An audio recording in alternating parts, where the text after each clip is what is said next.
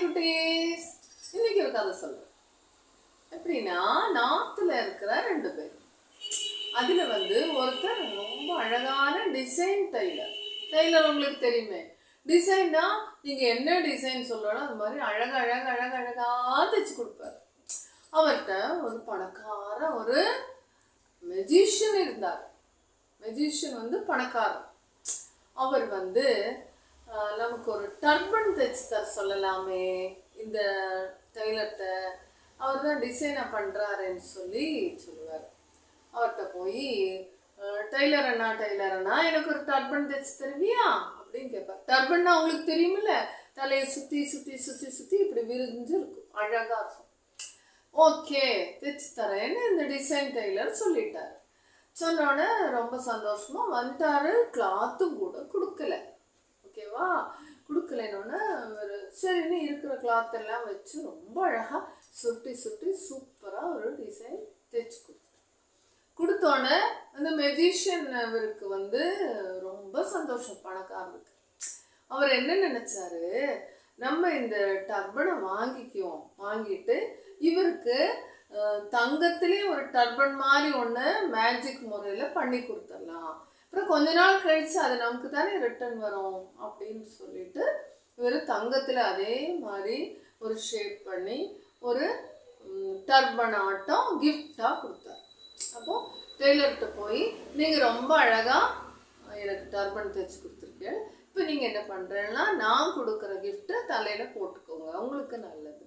அவர் ரொம்ப சந்தோஷம். சார் யார் நமக்கு தங்கத்தில் வாங்கி தருவா அப்படின்னு சொல்லி அதை டெய்லி போட்டுப்பாரு.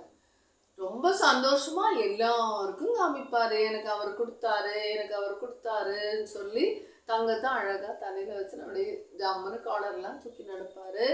தூங்கும் போதும் போட்டுப்பாரு, சாப்பிடும் போதும் போட்டுப்பாரு, நடக்கும் போதும் போட்டுப்பாரு, ஒர்க் பண்ணும் போதும் போட்டுப்பாரு. இப்படி ஆனோன்னு என்னாச்சுன்னா, நாள் ஆக அது ஒரு 10 மீட்டர் இருக்குன்னு வச்சுக்கோயேன், அது அப்படியே சுருங்கி ஷிங்க் ஆயிடுச்சு. அப்போ 2 மீட்டர் ஆயிடுச்சு.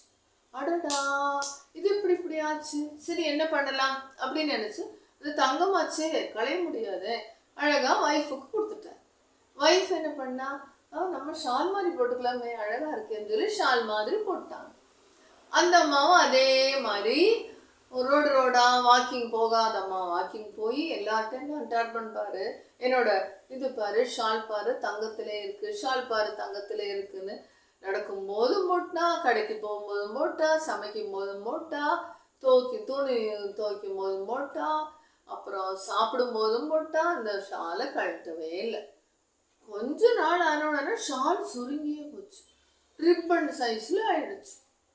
அச்சோ என்ன இப்படி ஆயிடுத்தே அப்படின்னு சொல்லி அந்த அம்மா குழந்தைக்கு அழகா தலையில பின்னி விட்டா. அந்த குழந்தை என்ன பண்ணிச்சு, ஊரெல்லாம் காட்டி பார்த்தியா தங்க ரிப்பன் அப்படின்னு எல்லாருக்கும் காமிச்சுட்டே வந்து ஒரு நாளைக்கு பார்த்தா டெய்லர் என்ன இப்படி ஆயிட்டே இருக்குன்னு நினைப்பாரு.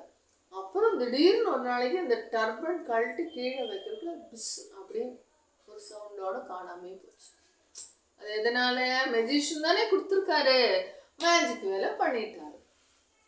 இந்த கதையில என்ன தெரியறதுன்னா, ஒருத்தர் பெருசா ஒரு கிஃப்ட் உங்களுக்கு தரானா காரணமே இல்லாம பெருசா தங்கத்துல எல்லாம் டர்பனை யாராவது கொடுப்பாங்களா, அப்படி கொடுத்தா ஏதோ ஒரு காரணம் இருக்கு. ஃபர்ஸ்ட் கொடுக்குறவர் யாருன்னு பார்க்கணும், அப்புறம் தரது என்ன பொருள் பார்க்கணும். ரெண்டாச்சா, இனி ஒரு தேர்ட் ஒரு குட் மெசேஜ் சொல்றேன். என்ன மெசேஜ்னா, என்ன பொருளா இருந்தாலும் நீங்க ரீசைக்கிள் பண்ண பழகிக்கணும். இப்போ ஃபர்ஸ்ட் டர்பனா இருந்தது, தூக்கி போடாம என்ன பண்ணினா அதை ஷாலா மாத்தினா, திருப்பி தூக்கி போடாம என்ன பண்ணா ரிப்பனா மாத்தினா இல்லையா. அது மாதிரி எல்லா பொருளையும் வேண்டான்னு சொல்லி யூஸ் இல்லைன்னா தூக்கி நம்ம டஸ்ட்பின்ல போடக்கூடாது.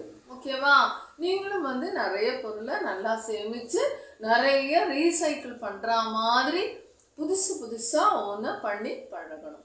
ஓகே, பாய், ராம் ராம்.